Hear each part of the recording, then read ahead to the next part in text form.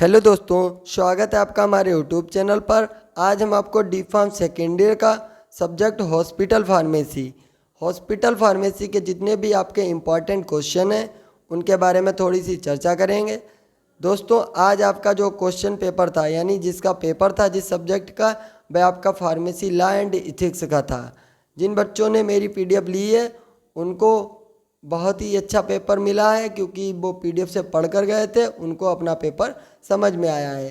दोस्तों, आप अपनी तैयारी अच्छे से करते रहिए, क्योंकि आपका एक एग्ज़ाम बचा हुआ है हॉस्पिटल फार्मेसी का। इसको आप अच्छे से पढ़कर जाइए।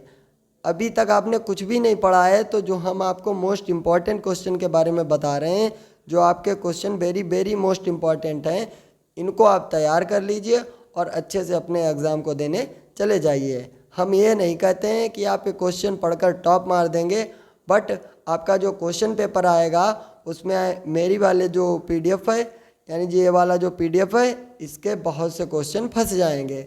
दोस्तों, मेरी वीडियो को लाइक करना, ज़्यादा से ज़्यादा शेयर करना और अपने दोस्तों को भी ये वीडियो शेयर कर देना। दोस्तों, मैं भी डी फार्म सेकेंड ईयर का स्टूडेंट हूँ, मैं कोई टीचर नहीं हूँ। जो आप लोग कमेंट करते हैं, कुछ स्टूडेंट्स व्हाट्सएप पर कमेंट करते हैं कि आप बिजनेस कर रहे हैं या क्या कर रहे हैं। हम कोई बिजनेस नहीं कर रहे हैं, हम हेल्प कर रहे हैं। मेरी मेहनत लग रही है, हम अपनी पढ़ाई डिस्टर्ब करके दूसरों की हेल्प कर रहे हैं। उसके लिए हम 50 रुपये पेड लगते हैं, यानी 50 रुपये आपको फ़ोनपे पर पेड करना होता है। अगर आपका मन नहीं है पेड करने का, तो आप मेरा चैनल अनसब्सक्राइब कर दीजिए और मेरी वीडियो ना देखें। हमें आपसे कोई इंटरेस्ट नहीं। जिसको मेरी वीडियो पसंद आती हो तो वही लोग मेरी वीडियो देखें। हमें अपनी पॉपुलैरिटी नहीं बढ़ानी है, बस हमें बच्चों की हेल्प करनी है। जिसको समझ में आ जाता है वो पढ़ लीजिए, नहीं तो कोई बात नहीं। तो दोस्तों, शुरू करते हैं। Hospital pharmacy important question. Hospital pharmacy का आपका पहला इम्पॉर्टेंट क्वेश्चन है ऑर्गेनाइजेशनल स्ट्रक्चर ऑफ हॉस्पिटल। ये आपका क्वेश्चन इम्पॉर्टेंट है। इसमें पीडीएफ जो हम आपको दिए होंगे, जिसने लिए हैं, वो उसमें ऑर्गेनाइजेशनल का स्ट्रक्चर बना हुआ है, तो उस स्ट्रक्चर को आप याद कर लीजिए और थोड़ी सी थ्योरी आपको बनाकर लिख देनी है। फिर उसके बाद चैप्टर नंबर फर्स्ट का ही है good pharmacy practice and role of pharmacist, यानी आपको जीपीपी के बारे में पढ़ लेना है, जो आपने कम्युनिटी फार्मेसी में भी उसको पढ़ा था। तो दोस्तों, इसको अच्छे से पढ़ लेना। और जो आपके फार्मासिस्ट के रोल होते हैं, फार्मासिस्ट के रोल को आप बहुत अच्छे से पढ़कर जाएं अपने एग्ज़ाम में, क्योंकि फार्मासिस्ट के रोल आपके पूछ सकता है। कोई गारंटेड नहीं है, बट लेकिन आपको थोड़े से पढ़कर जाना है। आप कम्युनिटी फार्मेसी में उन रोल को पढ़ चुके हैं, यानी जो आपके फार्मासिस्ट के जो रोल्स होते हैं उनको आप पढ़ चुके हैं। तो आपके दो मोस्ट इम्पॉर्टेंट क्वेश्चन कौन कौन से, एक तो आपका है ऑर्गेनाइजेशनल स्ट्रक्चर ऑफ हॉस्पिटल और सेकंड आपका है good pharmacy practice and role of pharmacist. ये दोनों क्वेश्चन आपके इम्पॉर्टेंट हैं। दोस्तों, हमने अभी तक जितने भी पेपर के पीडीएफ बताए हैं, जितने भी इम्पॉर्टेंट क्वेश्चन बताए हैं, दोस्तों हमारी पीडीएफ से 70 से 80% पेपर आया है। दोस्तों, क्योंकि हम बहुत मेहनत करके पीडीएफ बनाते हैं, बहुत पहले टाइम देते हैं कि कौन कौन सा क्वेश्चन इम्पॉर्टेंट है, उसको अच्छे से तैयार करते हैं। ऐसा नहीं है कि हम एकदम से उसको तैयार करके आप लोगों को दे देते हैं, क्योंकि दोस्तों आपकी किस्मत का सवाल होता है कि अगर हम आपको अगर क्वेश्चन गलत बता देंगे और आप गलत पढ़कर चले गए, कहीं कुछ आपके नंबर नहीं आए अच्छे, आपके एग्ज़ाम में बैक लग गई, तो आपको दोस्तों बहुत दिनों तक रुकना पड़ेगा, यानी आपको लाइसेंस के लिए रुकना पड़ सकता है। क्योंकि फिर उसके बाद आप स्पेशल बैक पेपर देंगे, फिर आपका लाइसेंस लेट हो जाएगा। तो इसलिए हम कोशिश करते हैं कि आपको अच्छे से अच्छा बताएं और अच्छे से अच्छा पढ़ाएं। दोस्तों, हम अपने यानी अपने पढ़ने के लिए, यानी हम डी फार्म सेकेंड ईयर में हैं, अपने पढ़ने के लिए हम अपने नोट्स तैयार किए हैं। मैं हिंदी मीडियम का छात्र हूँ, यूपी बोर्ड का। तो हम यूट्यूब पर जब चैनल सर्च करते थे तो हिंदी मीडियम का कोई भी चैनल नहीं आता था, तो हमें इतनी प्रॉब्लम हुई। बट हमने बहुत मेहनत की है, 2 साल में इतनी मेहनत की है, इतनी मेहनत की है कि कोई भी बच्चा इतनी मेहनत डी फार्म में नहीं करता होगा। तो हमने इतनी मेहनत करने के बाद अपने नोट्स तैयार किए हैं। अगर आपको नहीं लेना है तो आप हमें आपसे कुछ भी नहीं मतलब है।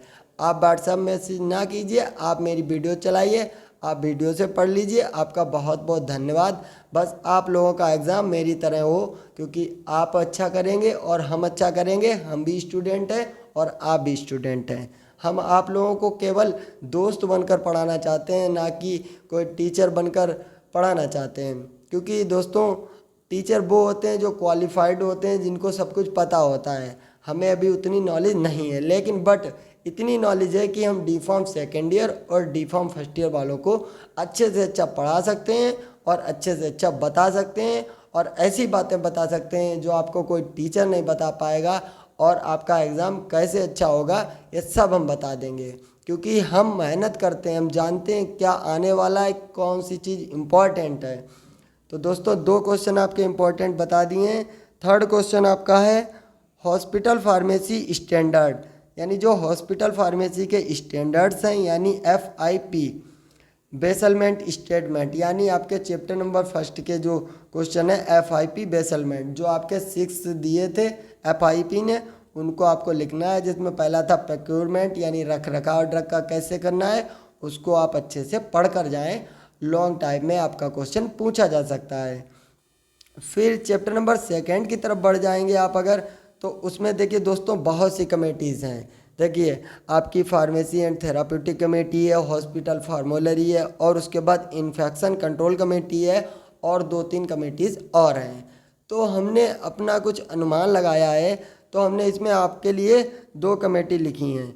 एक लिखिए फार्मेसी एंड थेराप्यूटिक कमेटी, तो इसको हमने ऐड कर दिया है इम्पॉर्टेंट क्वेश्चन में, और एक लिख दिया है इन्फेक्शन कंट्रोल कमेटी।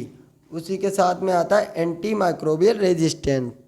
इसको आप एक बार दोनों यानी क्वेश्चन जो है आप देख लेना। अगर आपके पास टाइम हो, अगर ज़्यादा टाइम हो, अगर आप इन क्वेश्चन को पढ़ लें, तो हॉस्पिटल फार्मोलरी आप एक बार थोड़ा सा शॉर्ट में पढ़ लें और अच्छे से उसको थोड़ा सा देख लें।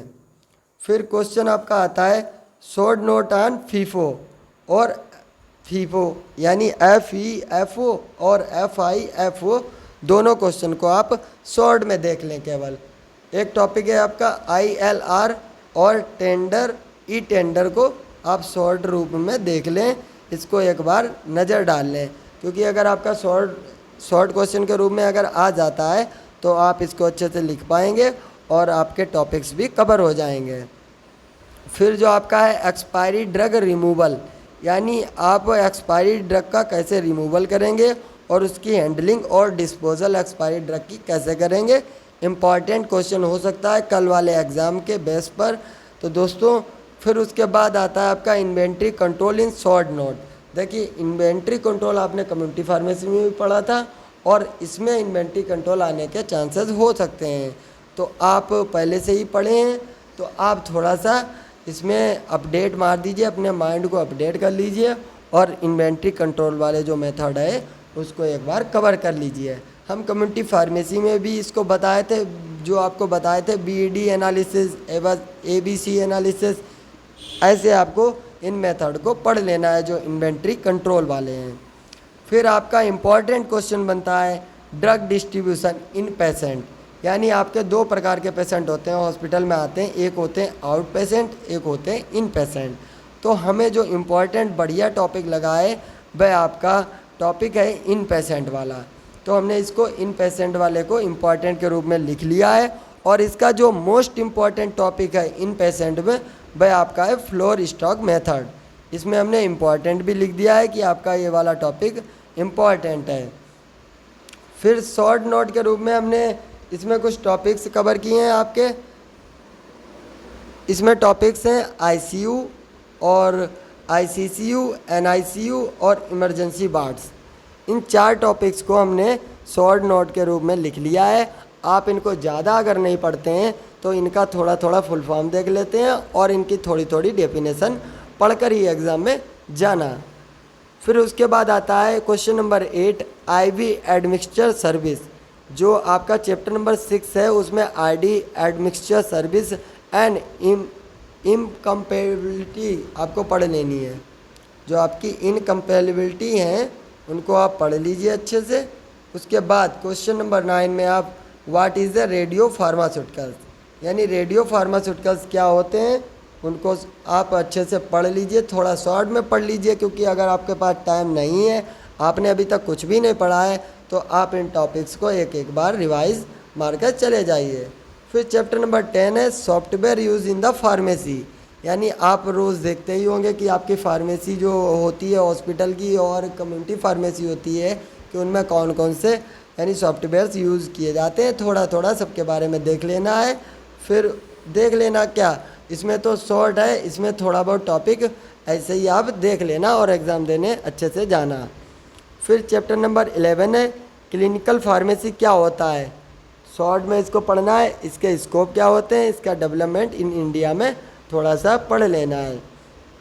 फिर शॉर्ट नोट के रूप में हमने लिखा है पीडियाट्रिक्स, जीडियाट्रिक्स और ward round participation, adverse drug reaction monitoring, इन चारों टॉपिक्स को हमने इम्पोर्टेंट की कैटेगरी में रखा है।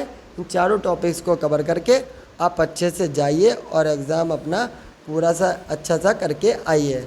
दोस्तों, हम ये नहीं कहते हैं कि आप मेरी वीडियो देखकर आप टॉपर बन जाएंगे, बट आप अगर मेरे जो टॉपिक्स बताए हुए पढ़कर जाते हैं तो आप ये कमेंट नहीं करेंगे कि सर मेरा एग्ज़ाम अच्छा नहीं हुआ है। अगर आपको पहले से ही कुछ भी नहीं याद है तो दोस्तों हम याद थोड़ी ना करा देंगे, जब आपने पढ़ा नहीं होगा तभी तो नहीं याद होगा। जब अगर आप थोड़ा बहुत पढ़ते हैं, यानी आपने 1 साल पूरा थोड़ा बहुत पढ़ाई किए हैं, तो हम आपको बता रहे हैं कि आपका एग्ज़ाम कल वाला बहुत अच्छा होगा। फिर जो क्वेश्चन नंबर 13 है आपका पॉइजनिंग, पॉइजनिंग में आप थोड़ा सा हैवी मेटल्स के बारे में देख लें और जो स्नेक बाइट होती हैं और एंटीडोट, एंटीडोट के बारे में थोड़ा थोड़ा पढ़ लें। उसके बाद चैप्टर नंबर, यानी चैप्टर नहीं है आपका क्वेश्चन है फार्माकोविजिलेंस, फार्माकोविजिलेंस को थोड़ा सा पढ़ लें, बहुत छोटा सा चैप्टर है, उसकी डेफिनेशन एम स्कोप को आप देख लें। फिर क्वेश्चन नंबर 15 में आप डेफिनेशन ड्रग इंट्रैक्शन, यानी जो ड्रग इंट्रैक्शन की डेफिनेशन होती है उसको आप देख लें और ज़्यादा से ज़्यादा इसको लगभग 1.5 पेज का पढ़ लें। और अगर लॉन्ग में आ जाता है तो आप 2 से 2.5 पेज लिख दें, शॉर्ट में आता है तो 1 पेज का इसको डिफ़ाइन कर देना है। फिर क्वेश्चन नंबर 16 है, ये आपका इम्पॉर्टेंट है, तीनों टॉपिक्स EHR जिसको कहते हैं इलेक्ट्रॉनिक हेल्थ रिकॉर्ड, और आपका लासा ड्रग्स यानी लुक्स अलाइक और साउंड अलाइक। आप मेरी वीडियो देख लेना, डिस्क्रिप्शन में पढ़िए, उसमें हमने समझाया है।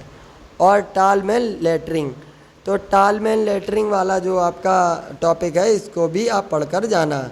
लीवर फंक्शन टेस्ट और पल्मोनरी फंक्शन टेस्ट, इसको आप पढ़ लेना। दोस्तों, हॉस्पिटल फार्मेसी के मेरे चैनल पर कुछ वीडियोस नहीं पढ़े हैं, यानी चैप्टर नंबर 1, 2 और जहाँ तक है चैप्टर नंबर 3 का भी वीडियो नहीं पढ़ा है। तो दोस्तों, हम तीनों चैप्टर के जो भी आपके इम्पॉर्टेंट टॉपिक बनेंगे, यानी जो भी आपके मोस्ट इम्पॉर्टेंट टॉपिक हम इस वीडियो में बताएं, तो दोस्तों मॉर्निंग तक कोशिश करेंगे हम बहुत ज़्यादा, क्योंकि हमें भी थोड़ा रिवाइज़ करना है। अब तो आप लोगों को पता ही लग गया है कि हम भी एक स्टूडेंट है D.Pharm सेकेंड ईयर के। तो दोस्तों, आप लोग हमें ज़्यादा परेशान ना किया करो, कॉल नहीं उठती है तो आप लोग गुस्सा ना किया करो, और हम ज़रूर आपका रिप्लाई दिया करेंगे और करते भी हैं आपका रिप्लाई, और PDF भी सेंड करते हैं। और दोस्तों, हम कोशिश करेंगे कि आपके लिए जो चैप्टर 1, 2, 3 में जो भी इम्पॉर्टेंट टॉपिक्स हैं, आपके 4-5 इम्पॉर्टेंट टॉपिक्स हैं, उनको हम कवर करके जल्दी से जल्दी बताने की कोशिश करेंगे। लगभग आपके लिए वीडियो मेरी आ जाएगी 10 बजे तक, उसको आप दोस्तों पढ़ कर जाना। इम्पॉर्टेंट टॉपिक्स जहाँ तक हो गया हम इन इम्पॉर्टेंट सभी टॉपिक्स को पढ़ा देंगे अच्छे से, और आप इन सब टॉपिक को जब आप एग्ज़ाम देने जाएं तो उससे लगभग 20 मिनट पहले, आधा घंटा पहले इन सभी टॉपिक्स को देख कर जाएँ, आपका एग्ज़ाम बहुत अच्छा होगा। दोस्तों, best of luck. Thank you दोस्तों वीडियो देखने के लिए।